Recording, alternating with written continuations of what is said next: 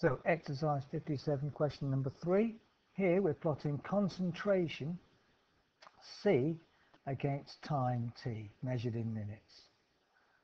Normally we would put time, which is the independent variable in this case, because that's the thing that's changing nice and evenly and smoothly, and we're recording what the concentration is as time goes by. So time, when it occurs in a function, is usually on the x-axis. Therefore the concentration is going to be on the y-axis. So when we put it on autograph, we're going to plot y for concentration equals 40 e to the minus 0.006 x for time. So that's what we're going to put into autograph. So let's fire up autograph.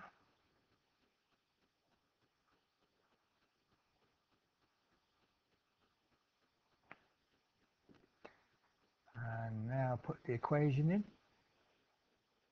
So y equals 40 e to the power brackets power brackets minus 0.006x close brackets. Yeah, okay. Now we don't actually see anything here, and the clue to that is that it's 40 here. So when time equals x equals 0, time equals 0, y will equal 40. So we need to find the 40 on here. So we need to zoom out on this set of axes until we see the 40 on the y-axis.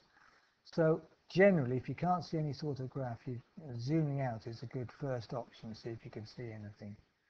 So now we can see the graph that has occurred. And we're interested in everything that's happening on the graph from 0 to the right here, because time won't go negative. So let's get the graph over here. Everything's happening over a very small period in this y-axis. So let's zoom in on this y-axis to spread that out a bit. Here's the hand tool. Zoom in again on the y-axis.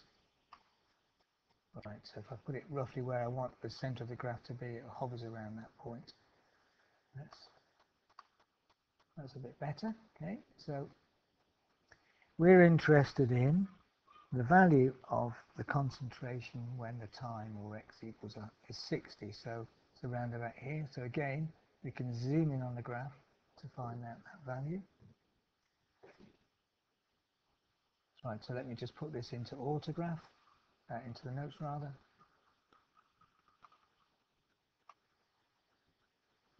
Okay, so from this graph we could now either zoom in, or from the plot to take, well, if that's 100, there's 50, so 60 minutes would be about here.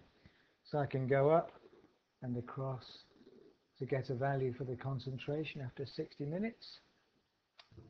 But I would use autograph to zoom in on that point to get that. Looking at the graph, though, the next part asks us to find the time for the concentration to drop to about a half what it was. So it starts at 40, and so half of 40 is 20. So what we're interested in is this time here. That's the time it takes to drop to about a half its original value. It looks to me about 110 seconds.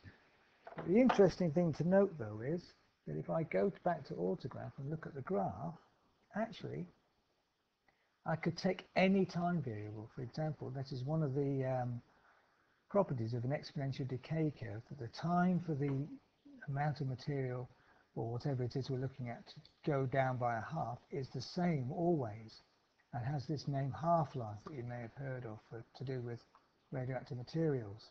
So for example, if I'm interested in, if I keep dragging it over to the right here, at 20 seconds it's here. So if I were to go from 20 down to 10, if I were to measure the time it would take for this thing to go from 20, which is here,